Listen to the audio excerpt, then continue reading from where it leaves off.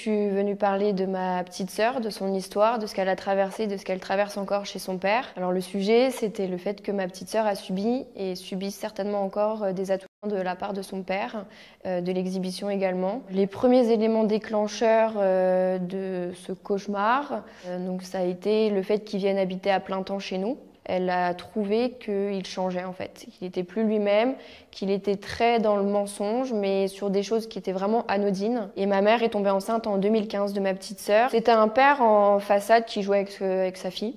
Par contre, moi, ma petite sœur, j'ai toujours vu, quand j'y étais, elle ne voulait pas que son père lui donne le bain, elle ne voulait pas que son père l'emmène aux toilettes, ni qu'il l'habille. En fait, tout ce qui se rapprochait au niveau du corps, de l'intime, elle ne voulait pas que ce soit son père. En fait, aujourd'hui, c'est tout un puzzle qu'on reconstitue, tout corrobore. Alors, c'était le 23 avril 2019 qu'on a tout découvert. Ma mère avait retrouvé un ancien téléphone dans le garage qui appartenait à mon ex-beau-père. Donc on a regardé, mais de manière complètement anodine. Et je voyais, il y avait Skype qui n'avait pas été désinstallé. J'ai été dessus. Et je vois une adresse mail qui est un petit peu bizarre, avec un pseudonyme qu'on a retrouvé après sur Internet. Et il fallait mettre un mot de passe. Et ma maman m'a dit, mets ce mot de passe-là, c'est un mot de passe qu'il utilise pour les impôts, etc. Je tape le mot de passe, bingo, l'application s'ouvre. Et là, on est tombé sur des centaines et des centaines de conversations avec des hommes. Et du coup, moi, je regarde.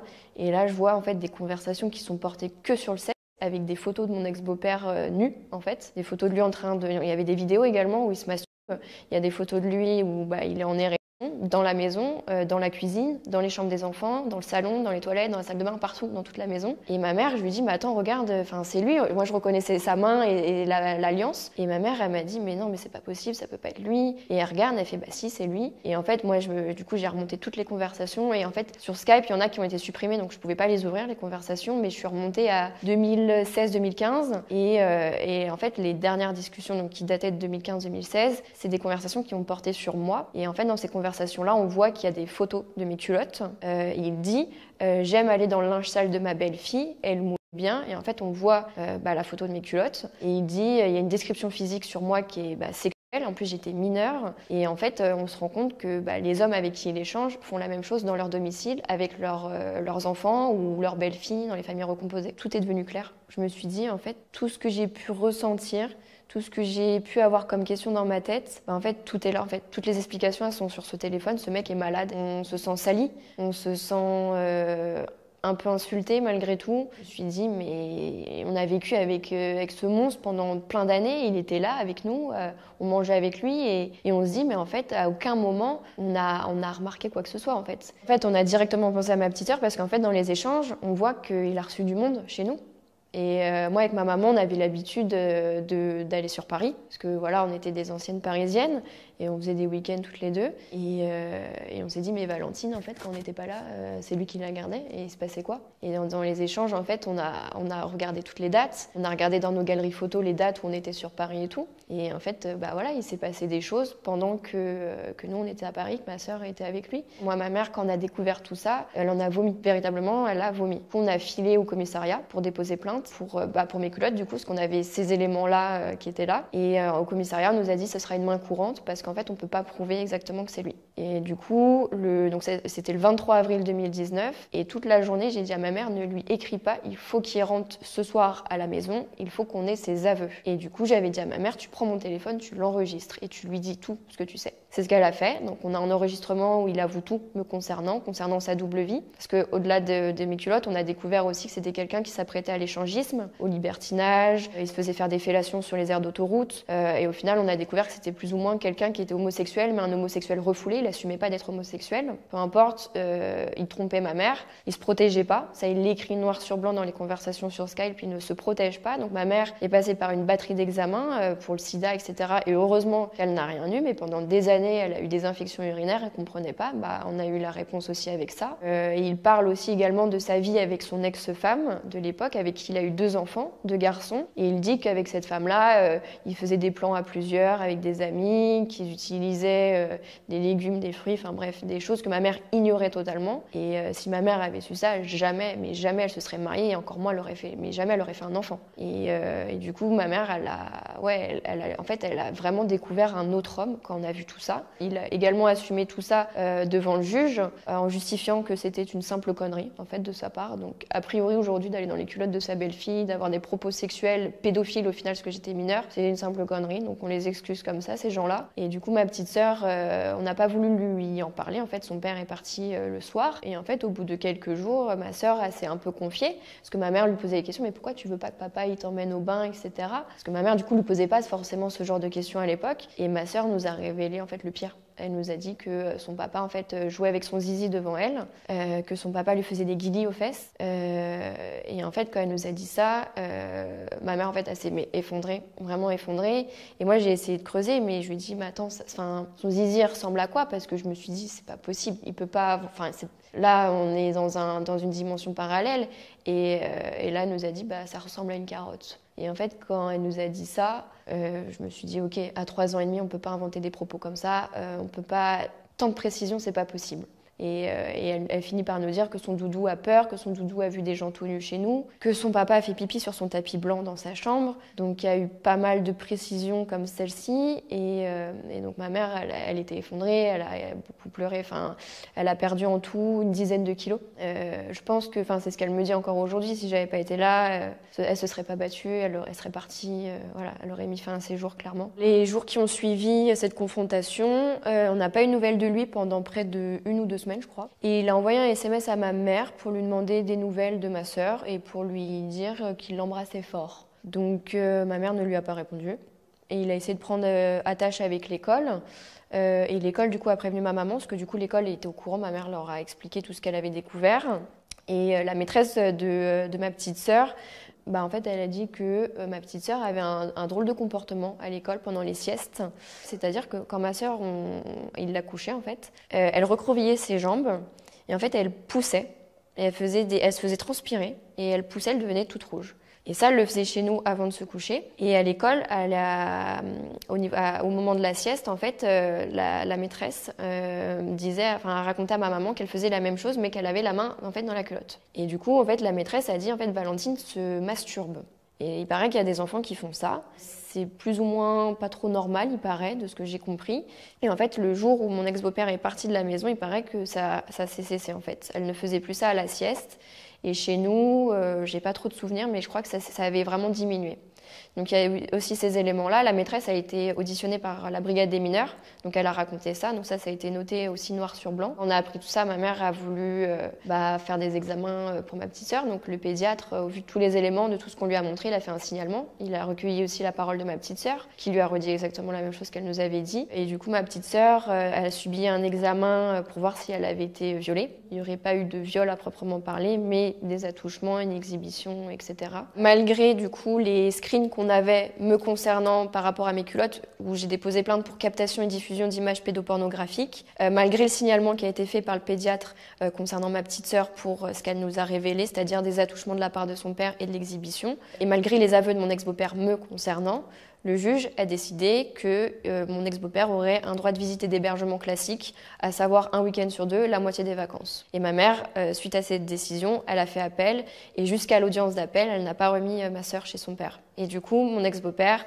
a déposé plainte à chaque week-end, à chaque vacances, pour non-présentation d'enfants. Donc ma mère a eu un rappel à la loi. Elle a eu des menaces aussi du juge, lui disant qu'on lui retirerait la garde si elle continuait, qu'elle aurait une astreinte de 100 € par jour pour non-représentation d'enfants. Et donc ma mère n'a pas voulu jouer avec le feu parce que demain on lui enlève la garde. Ma petite sœur est toute sa vie en fait chez ce bourreau et c'est pas le but de tout ça. Et entre-temps, du coup, il y a l'enquête pénale qui a démarré. Donc mon ex-beau-père a été placé 2 fois en tout en garde à vue. Il y a eu une perquisition chez lui de son matériel informatique, de son téléphone. Et pendant cette perquisition-là, en fait, on a trouvé dans son téléphone des consultations pornographiques de plein de sites. Je crois même de sites un peu étrangers, pas très légaux. Et on a retrouvé par contre une photo de moi. Donc il n'y a pas ma tête. Ma mère a été convoquée pour identifier cette photo. Et c'est une photo de moi qui est prise en haut des cuisses et au niveau de là en fait, où je suis en maillot de bain en train de bronzer dans le jardin. Et vraiment la photo est sur mes parties en gros. Ma mère a dû identifier cette photo-là et en fait cette photo a été retrouvée dans son téléphone à lui. Et du coup, à la suite de la perquisition, de l'ouverture d'enquête pénale, la brigade des mineurs, il y a un officier de police qui a été incroyable pendant notre procédure, qui a tout fait. pour qu'on ait le maximum d'éléments. Et elle s'est énormément battue, notamment pour qu'on ait une expertise en fait du tapis de chambre de ma petite sœur, puisqu'elle disait que son père urinait dessus. Donc ça a été très compliqué déjà pour cet officier de faire les démarches pour qu'il y ait une expertise scientifique. Et donc on a heureusement obtenu cette expertise et on a retrouvé effectivement du sperme dessus. Et en fait, donc mon ex-beau-père a été rappelé en garde à vue. Il a décidé de garder le silence et il a été placé sous statut de témoin assisté par rapport à tout ça. Mais en fait, on s'est rendu compte que le sperme ne lui appartenait pas. Et du coup, ça corrobore avec le fait que ma petite sœur disait qu'il y avait quand même des inconnus qui étaient tout nus chez nous. C'était un tapis qui était dans sa chambre à elle? Ouais. Quand ma mère a dû remettre ma petite sœur, en fait, elle n'avait pas le choix. Donc lui, il est venu à notre domicile, il l'a attendu et voilà, ma petite sœur a dû partir alors qu'elle ne voulait pas, elle pleurait, elle s'accrochait à ma mère. Et lui, voilà, il l'a pris par le bras et c'est comme ça, on peut rien faire en fait. Un week-end sur deux, la moitié des vacances, on est en apnée en fait. On vit sans vivre parce qu'on y pense, on se dit est-ce qu'il se passe des choses, est-ce qu'elle va nous le dire. Bon, aujourd'hui, l'avantage c'est qu'elle a 7 ans, elle est plus grande, elle peut mieux s'exprimer, mieux se défendre. Ma mère, du coup, suite à tout ça, elle lui a expliqué tu te laves là, c'est toi toute seule, c'est personne d'autre, personne ne doit voir, personne ne doit toucher. Donc ça, elle l'a intégré, ma petite sœur. Mais bon, à 7 ans, à 10 ans, enfin il y a même des adultes qui se font abuser. Donc, et puis la justice, même si un enfant parle, même si un adulte parle, la justice, il n'y en a pas. On n'est pas protégé. Par rapport à tout ça, ma maman a pris contact avec une psychologue là où on habite. Ma petite sœur y a été pendant un certain moment. Elle a dit à cette psychologue qu'elle aimerait qu'il y ait des caméras et que la police voit ce qui se passe chez son père. Donc la psychologue, avec tout ça, plus tous les éléments qu'elle avait sous la main, a fait un signalement au 119. Ils ont perdu le signalement dans l'administratif. En fait, ce qu'il faut essayer d'imaginer, même si c'est compliqué quand on n'a jamais vécu une procédure comme celle-ci, c'est qu'au début, on a toute l'espérance, en fait, de se dire que cet individu, avec tout ce qu'on a, il va être condamné par la justice, parce qu'on a une super justice en France. Voilà ce qu'on se dit. Sauf qu'en fait, quand on met les pieds dedans, on se rend compte qu'on a une justice qui est catastrophique et que malgré qu'on ait des preuves, des aveux, il ne se passe rien. Parce qu'aujourd'hui, il n'y a plus de place en prison, donc les agresseurs ne vont pas en prison. Et en plus de ça, pour avoir une condamnation, c'est très compliqué. Parce que, encore une fois, l'inceste, la pédophilie, ça reste tabou et on met tout ça sous le tapis, on n'en parle pas. Par rapport à ma petite sœur, s'il avait dû se passer quelque chose, ça aurait dû se passer il y a longtemps parce que maintenant, en fait, c'est trop tard. L'officier de police de la brigade des mineurs nous avait dit au tout début, si votre fille, donc elle s'adressait à ma mère, si votre fille retourne chez son père, c'est une enfant perdue. Donc c'est pas 10 ans après qu'il faut faire une justice, c'était au moment où elle a parlé. Là aujourd'hui, elle s'est enfermée dans quelque chose où elle sait qu'elle n'a pas le choix en fait et qu'elle doit affronter les week-ends et les vacances. Dans la tête de ma sœur, elle se rappelle très bien ce qui s'est passé, ce qu'elle a subi par son père. Ma petite sœur, elle a toujours dit qu'elle voulait que son père aille en prison et qu'il meure aussi. Voilà, à 7 ans, les paroles de ma petite sœur. Elle a un peu une haine, elle a une haine envers son père. Par contre, c'est sûr que par rapport au juge, pour elle, le juge, il n'est pas forcément très gentil puisque le juge, il ne la croit pas. Voilà ce qu'elle dit. De toute façon, le juge, il me croit pas, alors que j'ai dit la vérité. Ça, c'est ses mots. En fait, je me rends compte avec ce témoignage-là que il y a plein d'histoires qui sont similaires. Il y a plein de gens qui vivent la même injustice et il se passe rien.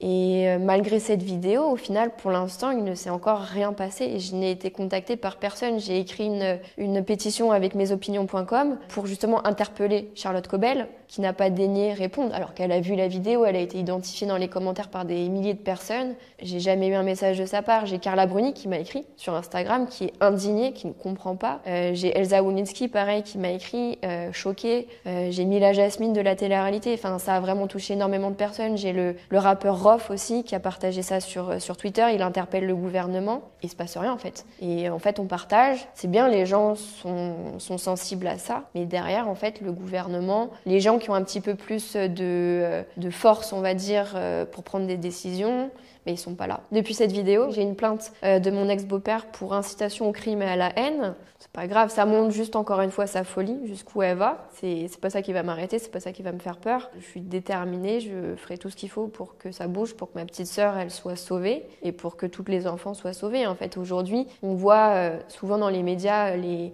journalistes parlent de lois qui sont votées, notamment pour le retrait de l'autorité parentale. Sauf qu'en fait, le souci, c'est pas de créer des lois, c'est les juges, en fait. Ils doivent appliquer ces lois-là. Et là, aujourd'hui, elles ne sont pas appliquées. Quand on a une enquête pénale pour attouchement, pour agression sexuelle, c'est surtout la garde qui devrait être enlevée. Et ensuite, oui, pourquoi pas l'autorité parentale, mais c'est surtout la garde, le droit de visite et d'hébergement. Qu'est-ce que tu attendrais de cette justice, toi ? Aujourd'hui, j'attends rien du tout de la justice parce que je ne crois pas en la justice. Elle protège les agresseurs. En fait, j'ai pas envie de dépenser mon énergie à m'énerver. On aurait dû faire autrement, on n'aurait pas dû passer par la justice parce que clairement, en fait, le truc, c'est qu'aujourd'hui, tous les gens qui traversent une injustice telle que celle-ci, que ce soit même dans d'autres histoires, en fait, ça incite à faire justice soi-même. C'est le gros souci. C'est quand il n'y a pas de justice, ça peut faire péter les plombs. Et heureusement que ma mère, que moi, on est équilibrés parce que, à tout moment, une personne qui vit ça, elle peut vraiment, véritablement péter un plomb. Tous les jours, je me couche en me disant j'aurais dû lui faire ça, je vais lui faire ça, je le ferai jamais.